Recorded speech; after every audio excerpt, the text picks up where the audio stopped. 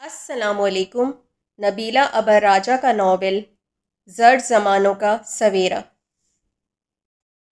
مجھے پکڑو، اس نے تالی بجائی۔ ہانی ننھے قدم اٹھاتا گرتا پڑتا اس تک پہنچ گیا۔ رباب نے اسے چوم چوم کر سرخ کر ڈالا۔ تھوڑی دیر پہلے ہی وہ اس کے کندھے سے لگے لگے سویا تھا۔ سبکتگین کے بلاوے پر وہ اسے یوں ہی اٹھائے آ گئی۔ جی، وہ دروازے میں کھڑی تھی۔ سبکتگین جوتے اتار رہا تھا۔ اسے تو جا کر لٹا آؤ۔ رباب کو یوں لگا جیسے وہ ہانی کو اس کے ساتھ دیکھ کر خوش نہیں ہوا ہے۔ توبہ، کیسا باپ ہے! اسے دل میں دکھ سا محسوس ہوا۔ جو کہنا ہے کہہ لے، میں ایسے ہی ٹھیک ہوں۔ اس نے ہانی کو دوسرے کندھے پر منتقل کیا۔ وہ سر جھٹک کر رہ گیا۔ یہ پیکٹ اٹھا لو، اس نے سرمئی شاپر کی طرف اشارہ کیا۔ رباب نے اٹھا لیا۔ وہ کافی بھاری تھا۔ اس نے کمرے میں آ کر دیکھا تو خوشی سے اس کا دل بلیوں اچھلنے لگا۔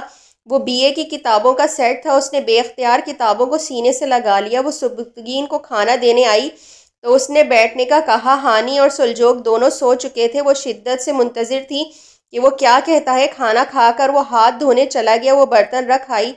جاؤ اپنی کتابیں لے آؤ، حکم ہوا۔ وہ لے آئی۔ چیک کر لی ہیں نا تمہاری مطلوبہ کتابیں؟ یہی ہیں۔ اس کا لہجہ استفہامیہ تھا۔ جی ہاں، یہی ہے۔ میں تمہاری کتابیں لے آیا ہوں۔ حالات بہتر ہوتے تو میں تمہارا ایڈمیشن بھی کروا دیتا۔ ابھی تھوڑی سی پرابلم ہے۔ انشاءاللہ بہت جلد تمہاری سٹڈیز ریگولر ہو جائیں گی۔ تب تک تم جو چیپٹرز مس ہوئے ہیں مجھ سے پڑھ لو۔ اس پر شادی مرگ کی سی کیفیت طاری تھی۔ اس کا ذہن اسی جملے پر اٹکا ہوا تھا۔ انشاءاللہ تمہاری سٹڈی بہت جلد ریگولر ہو جائیں گی، یعنی وہ دوبارہ سے پڑھ سکے گی، اپنے خوابوں کی تکمیل کر سکے گی۔ سامنے بیٹھا اس شخص نے ابھی جو کہا تھا، کیا وہ اس کے سماعتوں کا فریب تھا یا سچ تھا؟ کیا واقعی میں دوبارہ پڑھ سکوں گی؟ وہ یوں ہی پوچھ رہی تھی جیسے اسے یقین نہ آیا ہو۔ ہاں، اسی لیے تو تمہاری کتابیں لایا ہوں۔ اب تو یقین کر لو۔ وہ ہلکے سے جان لیوا انداز میں ہنسا۔ تھینک یو، میں آپ کا یہ احسان کبھی نہیں بھلا سکوں گی۔ مارے ممنونیت کے اس کی آواز بھر آ گئی۔ میں نے تم پر کوئی احسان نہیں کیا ہے، بلکہ ایک احسان اتارا ہے جو برسوں پہلے میرے اوپر کسی مہربان نے لاد دیا تھا۔ اس کی نگاہوں میں وہ منظر لہرا گیا جب برسوں پہلے وہ لاہور ایچسن کالج سے اپنے ڈاکومنٹس غفور چچا کے کہنے پر لینے آیا تھا۔ یہ دیا جلتے رہنا چاہیے تھا، اس احسان کے سلسلے کو جاری رہنا چاہیے تھا۔ اس نے کسی سفر نامے میں ایک سیاح کے واقعات پڑھے تھے جس کی جیب انڈیا میں قیام کے دوران کٹ گئی تھی۔ اس پر ہوٹل کا بل واجب الادا تھا، سفر کے لیے پھوٹی کوڑی نہ تھی۔ اسی پریشانی کے عالم میں اسے ایک سکھ ملا۔ اس آدمی نے اپنی پریشانی اسے بیان کی تو سکھ نے مطلوبہ رقم اسے ادھار دی۔ سیاح نے وعدہ کیا کہ میں اپنے ملک جاتے ہی آپ کی رقم بھیج دوں گا۔ خیر، وہ سیاح واپس گیا تو مطابق اس سکھ کو منی آرڈر کر دی، مگر رقم جوں کی توں واپس آ گئی۔ سکھ نے خط لکھا تھا کہ جب تم کسی اپنے جیسے پریشان حال پردیسی کو دیکھو تو یہ رقم اسے دے دینا۔ برسوں پہلے میں بھی تمہاری طرح کی صورتحال میں گرفتار ہو گیا تھا تو ایک شخص نے مجھے رقم دی تھی۔ میں نے جب اسے پیسے واپس کیے تو اس نے دوبارہ مجھے دے دیے، اور جو میں نے تمہیں کہا اسی نے مجھے کہا تھا کہ لہٰذا جب تم مجھ سے ٹکرائے تو اس رقم کی اصل مستحق مجھے تم ہی لگے، تم بھی اپنے جیسے کسی مستحق کو دے دینا۔ سبکتگین پر اس قصے نے خاصا اثر ڈالا تھا، سو اس احسان کا مستحق رباب کے علاوہ کوئی نہیں تھا، جو تتلیاں پکڑتے پکڑتے گھر سے دور نکل آئی تھی اور اسے واپسی کا راستہ ہی نہیں یاد تھا۔ ضروری تھا کہ اس کی درست رہنمائی کی جائے۔ کیا بنو گی؟ اس نے رباب کا دھیان بٹانے کی خاطر پوچھا۔ وکیل یا جرنلسٹ؟ اس نے جواب دیا۔ تم میڈیکل یا ٹیچنگ کے شعبے کو بھی منتخب کر سکتی تھیں۔ لاء یا جرنلزم پڑھنے کی کوئی خاص وجہ؟ کیونکہ یہ دونوں شعبے لڑکیوں کے لیے خاصے ہارڈ اور ٹف ہوتے ہیں۔ ہاں، ایک وجہ ہے، جب میں چھوٹی تھی تو مارشل آرٹ سیکھنا چاہتی تھی تاکہ جو میرے اوپر زیادتی کرے میں اس کے ہاتھ توڑ سکوں۔ رفتہ رفتہ مجھ پر کھلا کہ میں خیالی دنیا میں رہتی ہوں، جیسے فلموں کی ہیروئن ہوتی ہیں جو دشمنوں کو مار مار کر بھرکس نکال دیتی ہیں۔ میں نے بچپن میں جب پپا زندہ تھے ایک فلم دیکھی تھی۔ پپا کے مرنے کے بعد ایکشن اور مارشل آرٹس کے جوہر میرے ذہن پر چھا گئے تھے، اس لیے میں مارشل آرٹ سیکھنا چاہتی تھی۔ جوں جوں بڑی ہوتی گئی تلخ حقیقت منکشف ہوتی گئی۔ کیوں نہ میں اپنی ذہانت سے سب کو شکست دوں کہ جو کام میرے ہاتھ نہیں کر سکتے وہ دماغ تو کر سکتا ہے۔ میں کمزور ہوں، ارادے تو کمزور نہیں ہیں۔ وہ جذب سے بولتی گئی۔ بہت خوب، مان گیا۔ سبکتگین نے تالی بجائی تو وہ جھیم گئی۔ پھر کب سے پڑھائی شروع کرنے کا ارادہ ہے؟ بس کل سے ہی شروع کر لیتی ہوں۔ گڈ۔ رات 10 سے لے کر 12 بجے تک کا وقت مناسب رہے گا۔ تب تک ہانی اور سلجوگ سو جاتے ہیں۔ تم آرام سے پڑھنا، جو ابواب رہ گئے انہیں جلد کور کرنے کی کوشش کرنا۔ رباب نے سر ہلایا۔ اب میں جاؤں؟ وہ اجازت طلب نگاہوں سے اسے دیکھ رہی تھی۔ کون سا میرے کہنے سے رکو گی؟ وہ دو معنی انداز میں بولا تھا۔ رات وہ ہانی اور سلجوگ کو سلا کر کتابیں لے کر اس کے پاس آ گئی۔ اس کے پڑھانے کا انداز عام فہم اور بھرپور تھا۔ اسے کہیں بھی مشکل نہیں ہوئی۔ پہلے دن اس نے اسے 1.5 گھنٹے پڑھایا۔ اچھی لڑکی، اب سو جاؤ، دن بھر کام کرتی رہتی ہو، تھک گئی ہوگی، وہ نرمی سے بولا۔ تو رباب کو بہت اچھا لگا کہ اتنے دن بعد ہی صحیح اسے اس کا خیال تو آیا ہے۔ پھر اس نے اسے اچھی لڑکی کہا تھا۔ یہ پہلا شخص تھا جس نے اس واقعے کے بعد اس کی اچھائی کا اعتراف کیا تھا۔ یوں لگ رہا تھا رباب کے بارے میں اس کے خیالات بدل رہے ہیں۔ یہ خوش آئند بات تھی۔ سبکتگین کا دوست آیا ہوا تھا۔ اس نے اسے چائے لے کر ڈرائنگ روم میں آنے کو کہا تھا۔ وہ ٹرالی کو دھکیلتی اندر چلی آئی۔ سبکتگین کا دوست اسے دیکھ کر کھڑا ہو گیا تھا۔ رباب نے اسے سلام کرنا چاہا تو دیکھ کر حیران رہ گئی۔ احتشام بھائی، آپ؟ رباب، آپ؟ دونوں کے منہ سے بے وقت نکلا۔ سبکتگین دونوں کی حیرانی کو انجوائے کر رہا تھا۔ تم مجھے شادی پر بلا نہیں سکتے تھے؟ وہ ناراضگی سے بولا۔ تم تو ہمیشہ ہی سفر میں رہتے ہو، کیسے بلاتا؟ آئی ایم سوری رباب، میں اور احتشام دوست ہیں۔ یہ میرا بڑا پکا دوست ہے، اگرچہ ہم دونوں کی دوستی زیادہ پرانی نہیں ہے۔ سبکتگین نے تعارف کروایا تو رباب نے اسے بتایا کہ مسز جواد کے حوالے سے ان سے جان پہچان ہے۔ سبکتگین، تم بہت لکی ہو۔ رباب بہت عمدہ لڑکی ہے، مضبوط کردار کی۔ سچ پوچھو تو مجھے ان بہنوں کی بلند کرداری نے ہی متاثر کیا تھا۔ رباب کے خیالات بڑے اعلیٰ اور سلجھے ہوئے ہیں۔ آپ ہی نے مجھے بتایا تھا کہ کالج میں پڑھائی کے بعد یہ لڑکی ٹیوشن دے کر گھر آتی تھی، راتوں کو جاگ کر اخبار کے لیے آرٹیکلز لکھتی تھی۔ میں ان بہنوں کی مضبوطی پر بہت حیران ہوتا ہوں۔ باپ ان کا نہیں ہے، بھائی بھی نہیں ہے، اس کے باوجود بھی یہ اتنی فرما بردار اور نیک ہے۔ احتشام نے کہا تو وہ چونک پڑا۔ اچھا، سجل اسی کی بہن ہے؟ وہی لڑکی جسے تم پسند کرتے ہو؟ مجھے یاد آ گیا ہے، تم دو بہنوں کا بہت تذکرہ کرتے تھے۔ واہ، کتنا حسین اتفاق ہے، ان میں سے ایک میری بن گئی ہے۔ ہاں، تم تو منزل پا چکے ہو، میں بھٹک رہا ہوں، جانے کب تک بھٹکتا رہوں گا۔ رباب اور سجل جیسی لڑکیاں تو قسمت والوں کو ملتی ہیں۔ احتشام کے لہجے میں حسرت سی تھی۔ مایوس کیوں ہوتے ہو؟ میں ہوں نا تمہارے ساتھ، میں تمہارا مقدمہ لڑوں گا۔ ہاں، تیسری بار مقدمہ لڑا جائے گا اور تیسری بار میں پھر ہار جاؤں گا۔ اتنی قنوطی نہ بنو، اللہ بہتر کرے گا، میں بھی کچھ کرتا ہوں، فی الحال یہ چائے لو۔ سبکتگین نے چائے کی پیالی اسے تھمائی۔ سنو، کل ٹھیک 8 بجے تم اور رباب پی سی پہنچ جانا، تمہاری دعوت ڈیو ہے مجھ پر۔ اگلے روز تم مجھے پی سی میں ڈنر دے کر حساب برابر کر دینا۔ چلتے چلتے احتشام نے اسے پھر یاد دہانی کرائی تو وہ اس کی چالاکی پر مسکرا دیا۔ ہانی اور سلجوگ کو اس نے شام میں سلوت کی طرف چھوڑ دیا تھا۔ رباب وارڈ روب میں سے کپڑے نکال کر پھیلائے بیٹھی تھی۔ سمجھ ہی نہیں آ رہا تھا کہ کیا پہنے۔ اس کی بری اور جہیز کے اکثر سوٹ یوں ہی سوٹ کیس میں بند تھے۔ کامدار ریشمی کپڑے اسے خاصے پسند نہیں تھے، اس لیے وہ سادہ کپڑے ڈھونڈ رہی تھی۔ ریڈ اور یلو کلر کا سوٹ اس نے اٹھا لیا۔ یلو کلر کا چوڑی دار پاجامہ تھا۔ یلو کلر کی اوپن شرٹ تھی جس کی آستینوں پر ریڈ بارڈر بنا ہوا تھا۔ اسی ڈیزائن کا دوپٹہ تھا۔ اس نے پہن کر دیکھا تو اپنا سراپا اچھا لگا۔ بال پر برش کر کے اس نے کھلے چھوڑ دیے۔ وہ تیار ہو کر باہر نکلی تو سبکتگین گاڑی نکال رہا تھا۔ رباب کا خیال تھا کہ وہ کوئی ستائشی جملہ کہے گا، مگر اس نے تو ایک نظر تک نہیں ڈالی۔ اسے افسوس سا ہوا۔ واپس آ کر بھی وہ یوں ہی رہا، جانے ایک دم وہ سخت سا کیوں ہو گیا تھا۔ اس نے سلوت کے گھر فون کر کے کہا کہ ہم واپس آ چکے ہیں، رحیم کے ساتھ سلجوگ اور ہانی کو بھجوا دیں۔ اس وقت رات کے 10 بج چکے تھے۔ سردیوں کی طویل رات تھی۔ تمام لوگ اپنے اپنے گھروں کے نرم و گرم پناہوں میں خواب تھی۔ اس وقت رباب کا فون کرنا سلوت کو حیران کر گیا اور قدرے خوشی بھی اس غیر لڑکی کو جو ان کے خیال میں چھوٹی اور نا تجربے کار تھی۔ ہانی اور سلجوگ کا کتنا خیال تھا اس کی جگہ کوئی اور ہوتا ہرگز ایسا نہ کرتا۔ وہ فون کر کے ریسیور رکھ کر مڑی تو سبکتگین کو دروازے پر کھڑے پایا جو اسے کافی غضبناک نگاہوں سے دیکھ رہا تھا۔ یہ اس وقت فون کر کے ہانی کو سلجوگ کو بلانا ضروری تھا، وہ کہیں بھاگے تو نہیں جا رہے تھے، اپنوں کے پاس تھے، اسے سبکتگین کا غصہ کرنا بھایا نہیں۔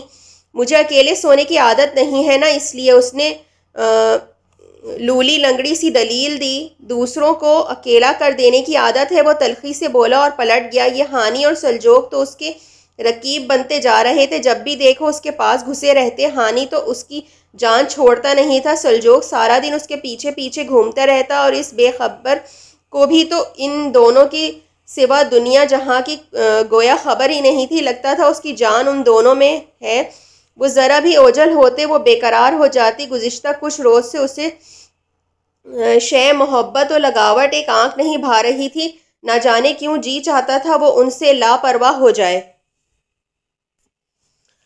اسے مراد کے ساتھ سول کپڑوں میں کہیں جانا تھا۔ اس نے مراد سے کہا تھا تم تیار رہنا، میں تمہیں اپنی گاڑی میں پک کر لوں گا۔ سبکتگین شرٹ پہننے لگا تو دیکھا اس کا اوپر والا بٹن ڈھیلا ہے، یوں لگ رہا تھا کسی بھی لمحے ٹوٹ کر گر جائے گا۔ اس نے رباب کو آواز دی، وہ ہانی کو اٹھائے چلی آئی۔ یہ بٹن تو ذرا ٹھیک کر دو، اس نے شرٹ کی طرف اشارہ کیا۔ دیکھیں ہانی اتنی مشکل سے چپ ہوا ہے، اگر میں نے اسے نیچے اتارا تو وہ پھر رونا شروع ہو جائے گا، آپ خود بٹن لگا لینا۔ اس نے ہانی کو چمکارتے ہوئے اسے مشورہ دیا تو سبکتگین کی رگیں تن گئیں۔ محترمہ، CSS کے بعد میں نے پولیس کی ٹریننگ لی تھی، بٹن لگانے کی نہیں۔ اس کا اندرونی غصہ چہرے پر بھی جھلک آیا تھا۔ رباب گھبرا گئی۔ اچھا دیں، لگا دیتی ہوں، اسے غصیلے لوگوں سے ڈر لگتا تھا، اس لیے ہانی کو ٹیبل کے ساتھ کھڑا کر کے فوراً اس کے پاس آئی۔ سبکتگین خاصا لمبا تھا اور رباب کو پنجوں کے بل کھڑے ہو کر بٹن لگانے کا معرکہ سر کرنا پڑ رہا تھا۔ ہانی چلتے چلتے اس کے پاس آ گیا تھا، وہ بٹن کے سوراخ میں سوئی ڈالتے ہوئے ہانی کی طرف متوجہ ہوئی۔ ہانی جانو، بس 1 منٹ۔ ہاتھ شرٹ پہ مصروف عمل تھا اور نظر ہانی پر سوئی بڑے زور سے سبکتگین کے سونے میں گھسی تھی۔ ہائے، یہ سوئی کہاں گئی؟ وہ ذرا اونچی ہوئی۔ یہ ہے سوئی۔ اس نے زور سے سوئی کھینچ کر نکالی تو وہاں خون کا ایک ننھا سا قطرہ ابھر آیا۔ یہ چھوٹی موٹی تکلیف اس کے لیے خاصی اہمیت نہیں رکھتی تھی، تکلیف تھی تو رباب کی بے نیازی کی، جو اس کے اتنے قریب ہوتے ہوئے بھی ہانی ہی میں اٹکی ہوئی تھی۔ آئی ایم سوری، میں نے دیکھا ہی نہیں۔ ہاں، میں بھلا آپ کو کہاں نظر آ سکتا ہوں؟ جائیں، ہانی کو اٹھائیں، وہ آپ کے لیے بے قرار ہو رہا ہے۔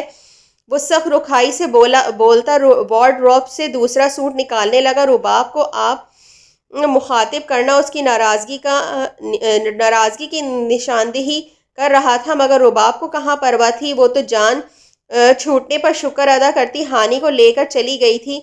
آج سلجوگ اس کے بیڈ روم میں گھس گیا تھا اور خاصی دیر اس کی اہم چیزوں سے چھیڑ چھاڑ کرتا رہا۔ نہ جانے کس طرح اس نے سیاہی کی بوتل کھولی تھی، کھلی بوتل چھوٹ کر فائل پر گر گئی تھی۔ سبکتگین نے دیکھا تو زوردار تھپڑ دے مارا اور وہ زور سے رونے لگا۔ رباب بھاگتی ہوئی آئی۔ پاپا انکل نے مارا، پاپا انکل نے مارا، پاپا انکل گندے۔ اس نے گال پر دونوں ہاتھ رکھے ہوئے تھے، اس بری طرح سے وہ سسک رہا تھا۔ رباب نے جھٹ اسے اٹھا لیا تھا۔ کتنے سنگ دل باپ ہیں آپ جیسا شقی القلب شخص میں نے آج تک نہیں دیکھا ہے۔ آپ نے اس معصوم کو کتنی زور سے تھپڑ مارا، کیا اسے لگا نہیں ہوگا؟ نفرت ہے مجھے آپ سے۔ وہ سلجوگ کے ساتھ خود بھی رو رہی تھی، روتے روتے وہ اسے اٹھا کر اپنے کمرے میں چلی آئی تھی۔ سلجوگ کسی طرح بھی چپ ہونے میں نہیں آ رہا تھا، اسے دیکھ دیکھ کر ہانی بھی روئے جا رہا تھا۔ وہ ان دونوں کو لپٹائے رو رہی تھی جیسے آج ہی یتیم ہوئی ہو۔ سلجوگ اور رباب نے رات کو کھانا نہیں کھایا اور یوں ہی سو گئے۔ سبکتگین کے دل میں تعصب کی لہر سی اٹھی، اسے خود پر بہت بے پناہ غصہ آ رہا تھا۔ بھلا رباب کا بدلہ سلجوگ سے لینے کی کیا ضرورت تھی؟ اس نے تو کبھی اسے ڈانٹا تک نہیں تھا، وہ آج اس پر ہاتھ اٹھا بیٹھا تھا۔ اسے بھی چین نہیں آ رہا تھا، بستر پر جیسے کانٹے اگائے تھے۔ وہ اٹھ کھڑا ہوا اور ہانی اور سلجوگ کے مشترکہ بیڈ روم کی طرف بڑھا۔ ہانی آج بیبی کاٹ میں سو رہا تھا، رباب اور سلجوگ ساتھ سوئے ہوئے تھے۔ رباب کا ایک بازو اس کے سر کے نیچے تھا اور دوسرا اس کے گرد مضبوطی سے لپٹا ہوا تھا۔ سلجوگ نے بھی اسے آخری سہارے کی طرح تھاما ہوا تھا۔ وہ آہستہ آہستہ چلتا ہوا بیڈ کے پاس آ کر کھڑا ہو گیا اور سلجوگ کو اس کے گھیرے سے نکالنے کے لیے جھکا۔ رباب کی آنکھ کھل گئی، سلجوگ بھی جاگ گیا، ساتھ ہی اور بھی مضبوطی کے ساتھ رباب سے لپٹ گیا تھا۔ یار معاف کر دو نا، مجھ سے غلطی ہو گئی ہے۔ اس نے اسے رباب سے الگ کر ہی لیا۔ نہیں ہیں آپ ہمارے پاپا انکل، پاپا تو بہت اچھے ہیں، جب وہ آئیں گے تو میں انہیں بتاؤں گا کہ پاپا انکل بہت گندے ہیں۔ توبہ کتنا سنگ دل بچہ ہے، اسے باپ سمجھنے سے انکار ہو گیا۔ ہاں ہاں بیٹا بتانا۔ اس نے اپنے لب سلجوق کے گال پر رکھ دیے اور اسے سینے پر لٹاتا اٹھ کر کھڑا ہو گیا۔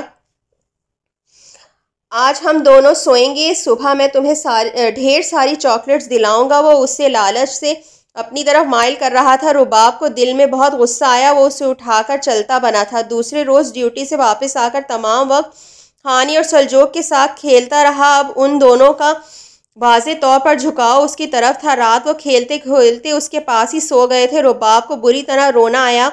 وہ ظالم دیو بچوں پر قبضہ جما کر بیٹھ گیا تھا۔ وہ ہانی کو لینے اس کے پاس آئی، دونوں بھائی سو رہے تھے۔ وہ بیٹھا موٹی سی کتاب میں غرق تھا۔ اس نے ہانی کو اٹھانا چاہا تو اس نے روک دیا۔ ہاں نہیں، یہ میرے بچے ہیں، میرے پاس سوئیں گے۔ تو کیا وہ ان کی کچھ نہیں لگتی جو ان سے اتنی محبت کرنے لگی ہے؟ پہلے اسے اپنے بچے یاد نہیں آئے جو آج حق جتا رہا تھا؟ اس کے گلے میں پھندا سا لگنے لگا، گویا اس کی ساری ریاضتیں بیکار رہی تھی۔ وہ چپ چاپ واپس آ گئی۔ رات ہانی جب گلا پھاڑ کر رویا تو والد محترم خود اسے رباب کے پاس چھوڑ گئے۔ رباب دوپہر کو سو کر اٹھی تو ڈرائنگ روم سے باتیں کرنے کی آوازیں آ رہی تھیں۔ اس نے جھانکا تو سجل آپی تھی، ساتھ میں سبکتگین بھی تھا۔ ہائے یہ کب آئیں؟ اور سجل آپی؟ وہ سوچ رہی تھی۔ سبکتگین بھائی اگر ایسا ہو جائے تو اچھا ہے۔ ارے رباب آؤ نا، رک کیوں گئی؟ میں آئی تو تم سو رہی تھی۔ انہوں نے روک دیا کہ مت اٹھانا۔ سجل کی نظر بولتے بولتے اس پر پڑی تو اسے پکار لیا۔ وہ اس کی گود میں سر رکھ کر کارپٹ پر بیٹھ گئی۔ آپی میں آپ کے پاس آ کر رہنا چاہتی ہوں، میں بہت خوف زدہ ہوں۔ اتنے دنوں بعد آپی کو دیکھ کر دل ضدی بچہ بن گیا تھا۔ وہ دھیرے دھیرے اس کے بالوں میں انگلیاں پھیرنے لگی جیسے امی پھیرا کرتی تھی۔ وہ بھی تو رات کو ان کے پاس سوتی تھی۔ سجل کو اکثر اوقات ہنسی آ جاتی تھی۔ اتنی بہادر بنتی ہو، چڑیا سا دل ہے، وہ اسے چھیڑتی تھی۔ رباب اب تمہارے لیے وہاں کچھ نہیں بچا ہے، مت آنا، کوئی تمہارا منتظر نہیں ہے، یہی تمہارا گھر ہے۔ کیوں سبکتگین بھائی؟ اس نے تائید چاہی۔ نہیں آپی میں جاؤں گی، میری امی کی نشانیاں ہیں، پاپا اور بڑے ابو کی خوشبو ہے وہاں، میں جاؤں گی، اپنے کمرے میں آپ کے پاس سوؤں گی۔ وہ مان ہی نہیں رہی تھی۔ سجل زج ہو گئی۔ وہ اس بیوقوف لڑکی کو کیسے سمجھائے کہ اس گھر میں اس کے لیے جگہ نہیں ہے تو رباب کے لیے کہاں گنجائش ہوگی؟ شاہمیر کے پروپوزل کے بعد فضا میں تناؤ سا آ گیا تھا، کیونکہ افشاں خمار اور اسما کے لیے مطلوبہ رشتہ مل ہی نہیں رہا تھا۔ اس عالم میں کوئی پروپوزل سجل کے لیے آئے کسی کو کہاں گوارا تھا؟ فہد الگ غصے میں تھا، جیسے سارا قصور ہی اس کا ہو۔ ڈور بیل بجی، سبکتگین اٹھ کر چلا گیا۔ واپسی پر اس کے ساتھ احتشام تھا۔ سجل اسے دیکھ کر چونک گئی۔ رباب آؤ، مہمان کی خاطر مدارت کرتے ہیں۔ سبکتگین نے اس کے ہاتھ پکڑ کر اٹھایا اور باہر لے گیا۔ کمرے میں خاصی دیر خاموشی طاری رہی۔ احتشام کی آواز نے اسے خاموشی کو توڑا۔ سجل کیسی ہیں؟ ٹھیک ہوں سجل، میں آپا کو ایک بار آپ کے گھر بھیجنا چاہتا ہوں۔ نہیں احتشام، خدارا ایسا مت کریں، مجھ میں اور تیر کھانے کی ہمت نہیں ہے۔ میرے ساتھ ان تیروں کی لپیٹ میں میری معصوم بہن رباب بھی آ جاتی ہے۔ میں خواب نہیں دیکھنا چاہتی۔ میں خزاں کی دھوپ کا ہوں آئینہ، میں ایک ہوں کہ ہزار ہوں، کہیں آنسوؤں کے قافلے، کہیں جگنوؤں کی قطار ہوں۔ کوئی تارا ٹوٹ کے گر گیا، کوئی چاند چھت سے اتر گیا، کسی آسماں کی چال ہوں، جو بکھر گیا وہی ہار ہوں۔ نہیں سجل، خدارا ایسے مت کہو، میں تمہیں ٹوٹا تارا نہیں بننے دوں گا، بس تم ایک بار ہاں کر دو، باقی تمام کام سبکتگین کرے گا۔ وہ منت سے بولا۔ اب احتشام کی یہاں موجودگی کی وجہ سے اسے سمجھ میں آئی تھی۔ اس خیال میں وہ جھیپ گئی کہ سبکتگین کو سب کچھ پتہ ہے، مگر رباب کو کوئی ٹھیس نہیں لگنی چاہیے۔ وہ نیم رضامندی سے بولی، بابا نہیں لگے گی رباب کو ٹھیس، اس کے لیے سبکتگین کافی ہے، یہ اب اسی کا کام ہے۔ تمہیں شاید اس کے لیے اتنا اداس دیکھ کر جیلس ہی ہو جائے۔ وہ مزے سے بولا، کیوں؟ تمہارے لیے کوئی اتنا زیادہ فکر مند ہو تو میں اس سے ڈویل لڑنے کے لیے تیار ہو جاؤں گا۔ وہ تو پھر پولیس آفیسر ہے، آیا سمجھ عقل شریف میں کہ نہیں؟ وہ شوخ لہجے میں بولا تھا۔ سجل کے چہرے پر لالی چھا گئی۔ رباب آدھے گھنٹے سے ٹرے سجائے اندر جانے کے لیے بےتاب کھڑی تھی، مگر سبکتگین دروازے کے آگے جمع کھڑا تھا۔ دوبارہ اسے ڈانٹ بھی چکا تھا، آپ مجھے اندر کیوں نہیں جانے دے رہے؟ سب کچھ ٹھنڈا ہو رہا ہے۔ وہ روحانسی ہو گئی۔ تم کیوں عین وقت پر ویلن کی طرح انٹری دینا چاہتی ہو؟ خامخواہ ظالم سماج بننے کا شوق ہے تمہیں؟ پھر اس نے ڈانٹ دیا، مجھے کوئی شوق نہیں ہے ظالم سماج بننے کا۔ وہ اس الزام پر تلملا گئی، ہے نا جبھی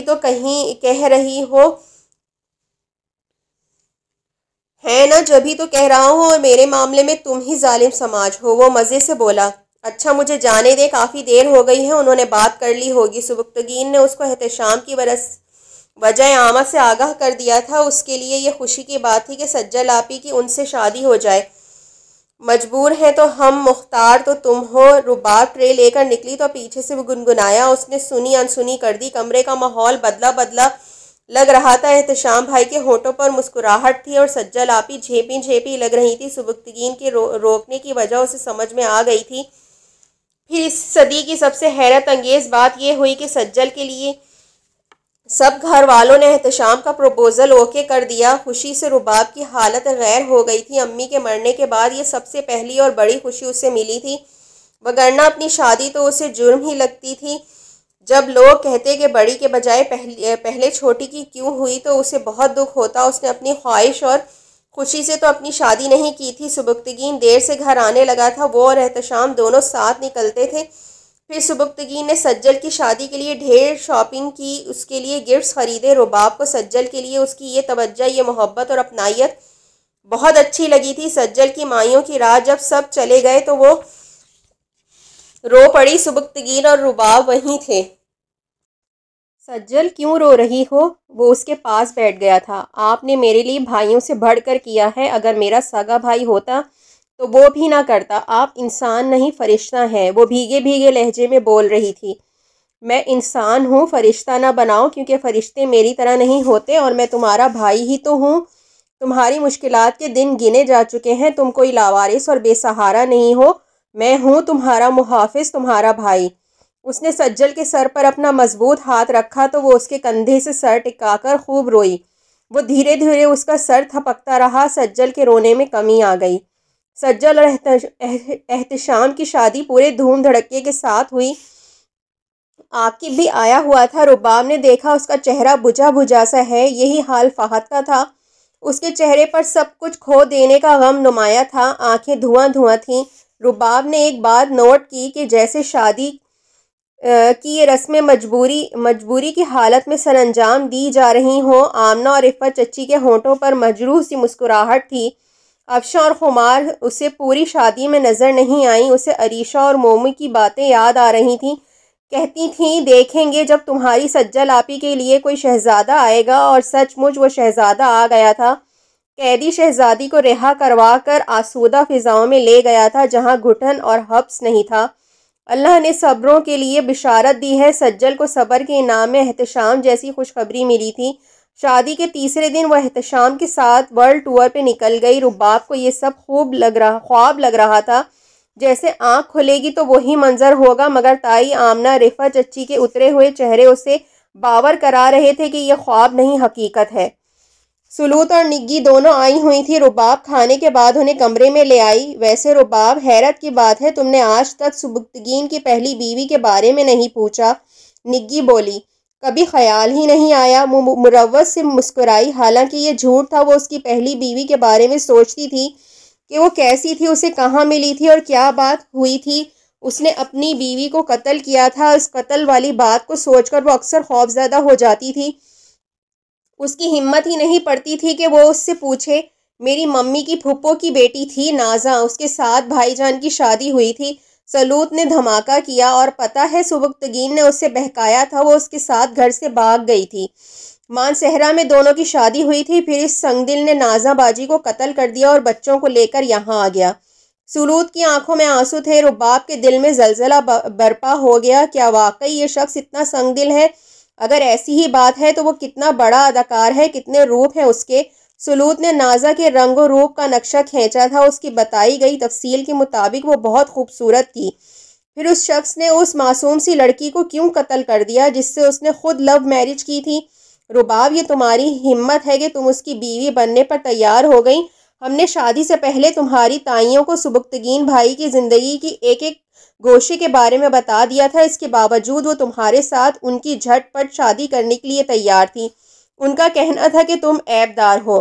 نگی نے ایک تیر جیسے اس کے پہلو میں اتار دیا۔ اسے شادی سے پہلے یہ سوچنے کی مہلت ہی نہیں ملی تھی کہ وہ کون سا جی دار ہے جس کے ساتھ اس کی شادی ہو رہی ہے۔ وہ تو سمجھ رہی تھی کہ نگی اور سلوت بے خبر ہے، مگر یہاں تو سارے جہاں کو اس کی ناکردہ گناہ کی خبر تھی۔ اپنی دانست میں تائی نے اس پر احسانوں کا بوجھ لاد دیا تھا۔ احتشام اور شامیر کے رشتے جب سجل کے لیے گئے تھے تو فوراً انکار کر دیا گیا اور سبکتگین کا رشتہ فوراً ہی قبول کر لیا گیا تھا، اس لیے کہ وہ قاتل تھا، شقی القلب تھا، سنگ دل تھا، 2 بچوں کا باپ تھا۔ اس کی انہی خوبیوں کی وجہ سے اس کی شاندار پرسنالٹی سے قطع نظر ہاں کر دی گئی تھی۔ اگر عریشہ، عطیہ، افشا یا مومو کے لیے ایسا پروپوزل آتا تو کیا اس پر کوئی سوچنے کی زحمت بھی گوارا کرتا؟ کھٹ سے انکار کر دیا جاتا۔ اسے تایا چچا پر بھی حیرت ہو رہی تھی۔ وہ بیویوں کے بہکاوے میں آ گئے تھے۔ ایک قاتل کے ساتھ کس آسانی سے اسے نتھی کر دیا تھا۔ کیا خبر وہ اسے بھی مار کر تیسری شادی کر لیتا؟ کیا سبکتگین بھائی کو علم ہے؟ سلوت معنی خیز انداز میں بولی تو رباب نے موضوع بدل دیا۔ آپ کی ممی کہاں ہوتی ہیں؟ اس نے پوچھا۔ یہیں ہوتی ہیں، اپنے پرانے گھر میں۔ انہوں نے بیٹے کی شادی میں شرکت کیوں نہیں کی؟ رباب نے پوچھا تو نگی نے کھٹ سے جواب دیا، بیٹے کے کرتوتوں کی وجہ سے۔ انہوں نے ان کی کزن کو مار دیا، وہ کیسے شادی میں آتی؟ رباب کا دل چاہا پوچھے کہ پھر آپ نے یہ شادی کیوں کروائی تھی؟ اسے سوچوں کے حوالے کر کے وہ چلی گئیں۔ رباب کو سبکتگین سے بے حد خوف محسوس ہو رہا تھا۔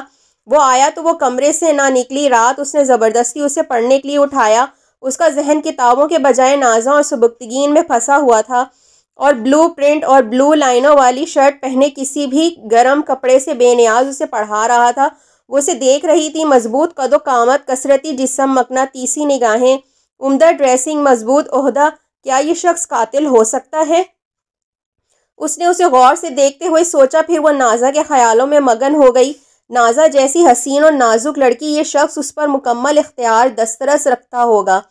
ان کی محبتوں کی گواہی ہانی اور سلجوق کی صورت میں تھیں۔ نازا ان مضبوط باہوں میں موم بن کر سمٹ آتی ہوگی، پھر بھی اس نے کیوں قتل کیا؟ وہ اسے غور سے دیکھ رہی تھی۔ سبکتگین کافی دیر سے اس کی یہ کیفیت نوٹ کر رہا تھا۔ رباب کی نظریں ستائشی انداز میں ٹکی ہوئی نہیں تھی، بلکہ ان میں ایک الجھن اور گہرائی تھی۔ آج یقین آ گیا، واقعی میں بہت ڈیشنگ اور ہینڈسم ہوں۔ سبکتگین نے اس کی آنکھوں کے آگے ہاتھ لہرایا تو وہ حواسوں میں آ گئی۔ بس میں اب اور نہیں پڑھوں گی، نیند آ رہی ہے۔ وہ اسے غور سے دیکھ رہا تھا۔ رباب کے ذہن میں شور سا مچ گیا، قاتل قاتل، میں سونے جا رہی ہوں۔ اس کے حیران نظروں کے سامنے سے وہ اٹھ آئی۔ دوسرے روز سلود اور نگی اسے ممی سے ملوانے لے گئیں۔ وہیں اس پر پہلی بار عقدہ کھلا کہ یہ سبکتگین کی دوسری ممی ہے۔ خوب تو تم ہو وہ لڑکی جو نازا کی جگہ لینے آئی ہے۔ انہوں نے سر سے لے کر پاؤں تک اسے گھورا۔ مت اس خوش فہمی میں رہنا کہ اسے جیت لوگی۔ سبکتگین ولا میں قدم رکھنے کے خواب دیکھنا چھوڑ دو۔ جیسے نازا چلی گئی ہے ویسے تم بھی چلی جاؤ گی، یوں اوپر۔ وہ سرگوشی میں بول رہی تھی۔ آؤ میں تمہیں اس درندے کا کمرہ دکھاؤں جہاں وہ زبردستی اپنی سفلی جذبات کی تسکین کی خاطر اسے لے گیا تھا۔ وہ زبردستی اسے کھینچتی ہوئی ایک کمرے میں لے گئیں۔ یہاں نازا تھی اور وہاں وہ تھا۔ وہ عجیب بہکے بہکے انداز میں بول رہی تھیں۔